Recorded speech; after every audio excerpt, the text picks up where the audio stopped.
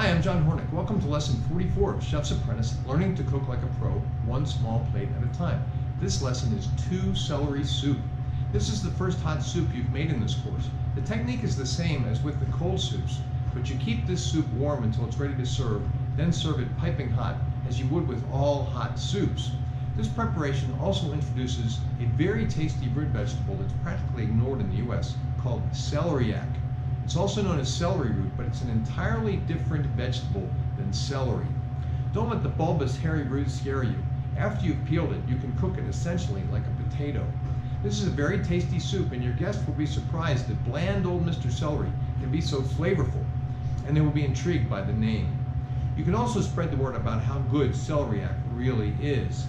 Techniques today are chopping and dicing, peeling celeriac, sweating, deglazing, and reducing, seasoning and adjusting seasoning, pureeing, swirling, making a soup, plating, and garnishing.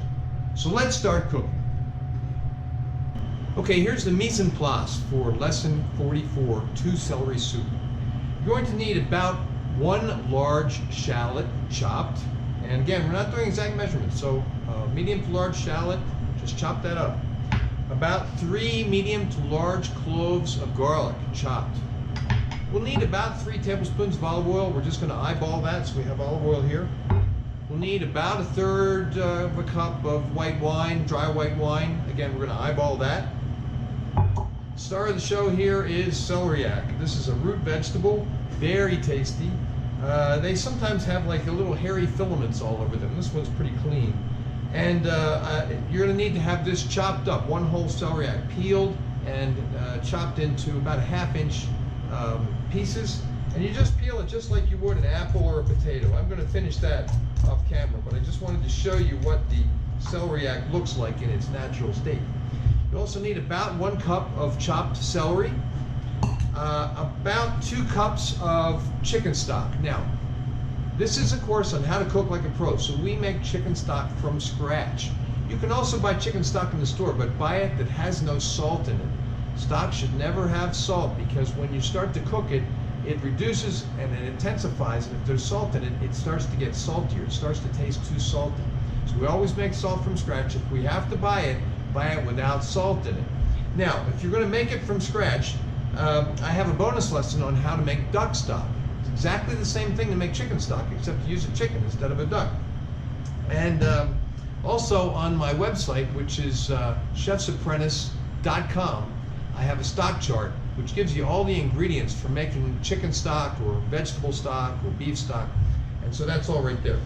We'll also need to have kosher salt, and we're going to use white pepper. Again, why do we use white pepper? Because this is a light colored soup, and if we use black pepper, it will leave black specks in the soup, so we're going to use the white pepper. But remember, a little bit goes a long way. We'll also need a good dry sherry. We're going to swirl this into the soup right before we serve it. We're not cooking off the alcohol. So you want a good quality sherry, dry sherry. We'll also need to have some red or pink peppercorns. I have them that are already in this little grinder. Comes from, it's a Frontier brand pink peppercorns. All right, that is all of the ingredients. We'll break now, come back, and I'll show you the equipment for lesson 44. Well, for lesson 44, we're going to need a cutting board and a chef's knife. We'll also need a peeler to peel that celeriac. I use the OXO peelers. I think they're great. We'll also need a saucepan big enough to hold the soup. I've chosen a fairly large one, so it's spacious. We don't want it slopping out over the edges, and a wooden spoon for stirring. You need to have a blender or a food processor. I'm going to use a blender. I find that a blender works better for this soup. We're using the Ninja blender today. And you'll need to have a strainer and a rubber spatula to push the soup through the strainer. Finally, you'll need to have a ladle for serving, and of course we'll need to have bowls for the soup. I haven't picked those yet. We'll do that later. That's all the equipment. We'll break now, come back, and start cooking. All right, here we are at the stove. We're going to put in about 3 tablespoons of olive oil. Turn the heat on to medium-high.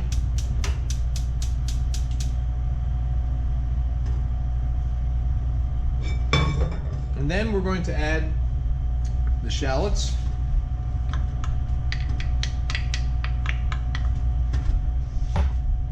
And the celery.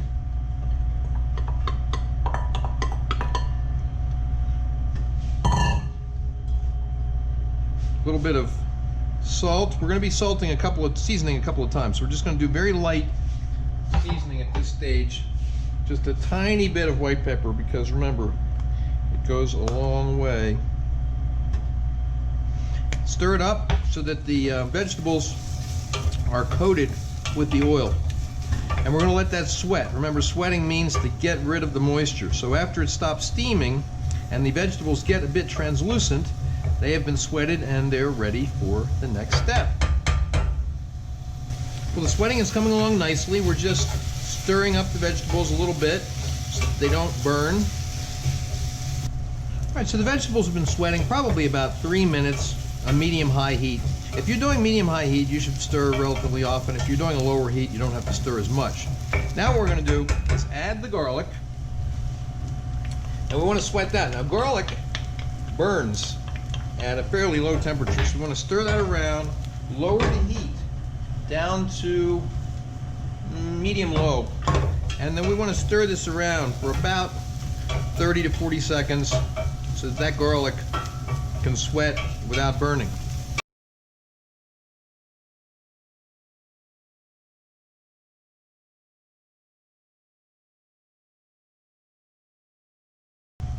Now what we want to do is raise the heat. Whoops. We'll get that later. I'm going to raise the heat up to about medium-high again. We're going to add in that white wine, about 1/3 of a cup. This is deglazing, okay? So we're going to stir that up, and we're going to let that burn off and reduce until it looks almost dry.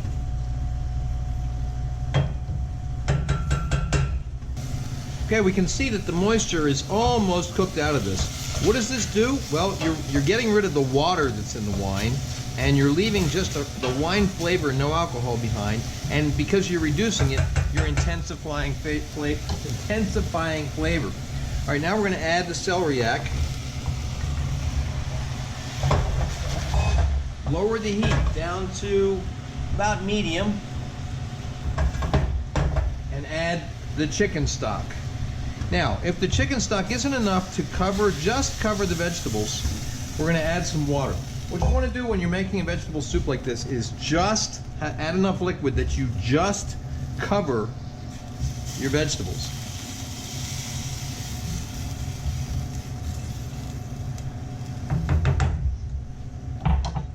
Now we want to season it again because we've just added a lot more bulk by adding that celeriac.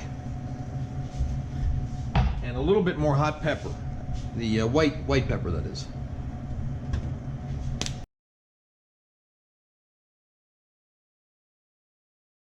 All right, now we want to let this cook. I'm going to put the temperature up, the heat just up a little bit more until I get this to a boil. When I get it to just before it's starting to boil, I'm going to reduce the heat so that it's a little bit above a simmer.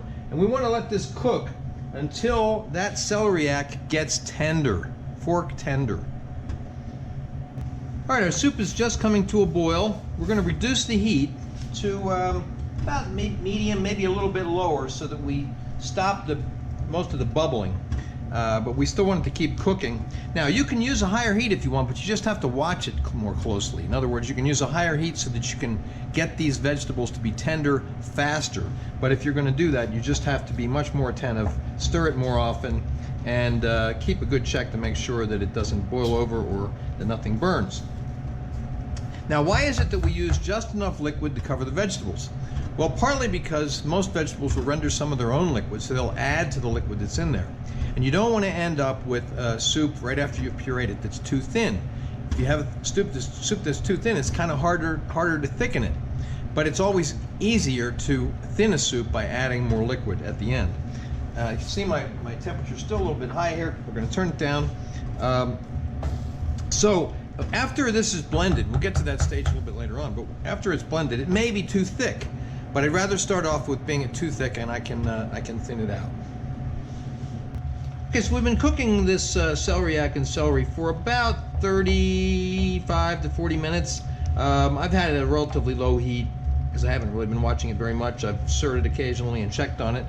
Now let's see how they're doing, okay? So we've got a toothpick here, goes through very easily.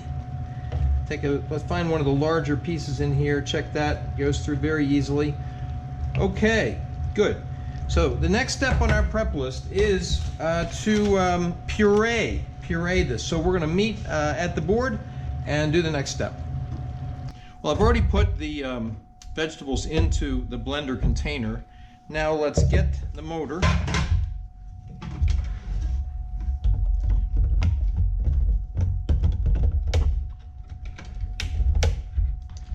Put the lid on.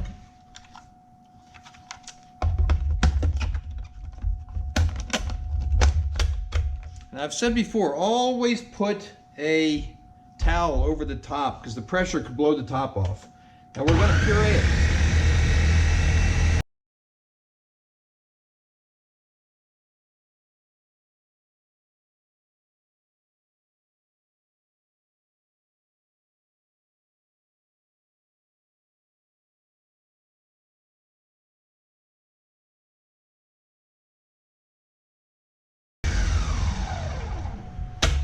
Okay, I let it go a good long time so that we get a good smooth puree, and there's very little that will have difficulty pressing through the strainer.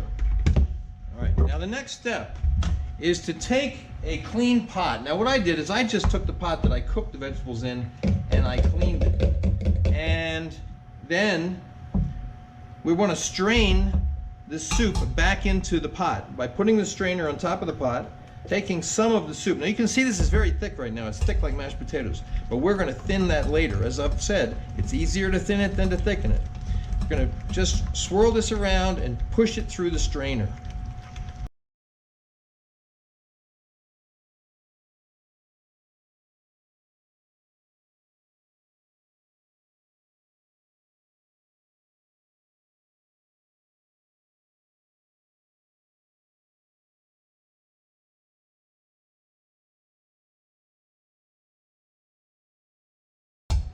Okay, next what I do is I rinse off this spatula so we can remove the soup from the bottom of the strainer.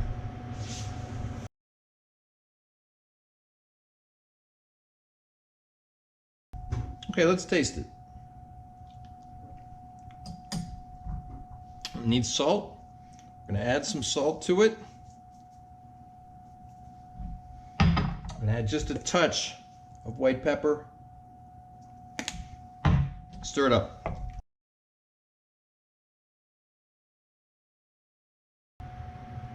Taste it again.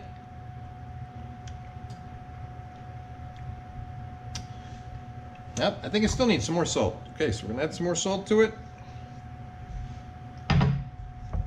Now we're going to be thinning this a little bit with sherry and possibly with some water so that we get a good soupiness and not a mashed potato-iness.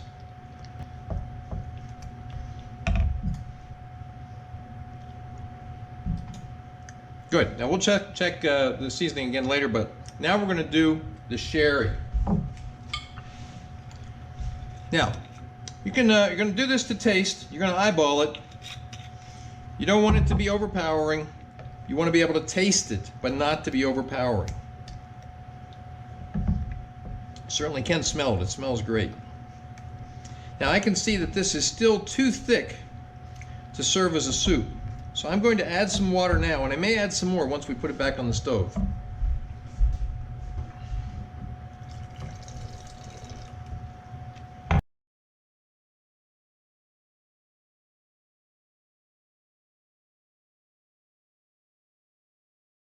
Okay, we're getting a good consistency. Still probably a little bit too thick. Let's do another taste. Good. Now, the sherry comes through, but it's not overpowering. Start out with less than you think you need, okay? Don't put in too much because you can't take it out. All right, so we're going to put it back on a medium heat. And because this is a fairly thick soup, we want to keep an eye on it. We want to get it to it's piping hot, stirring it relatively often so that it doesn't burn, making sure you stir down into the corners of the pan as well so it doesn't stick and burn there. All right, now I'm going to add some more water.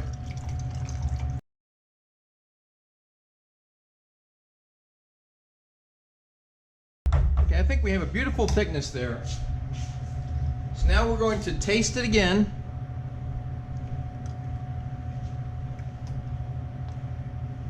I think it needs a little bit more salt.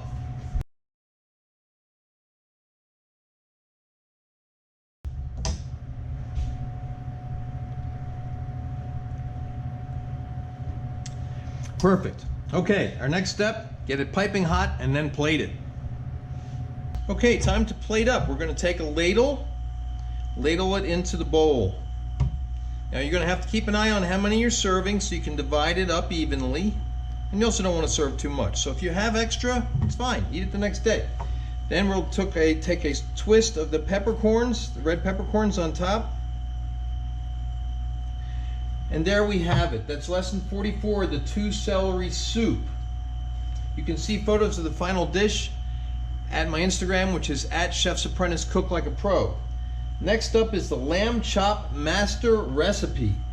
Please remember to subscribe to my channel, and thanks for watching.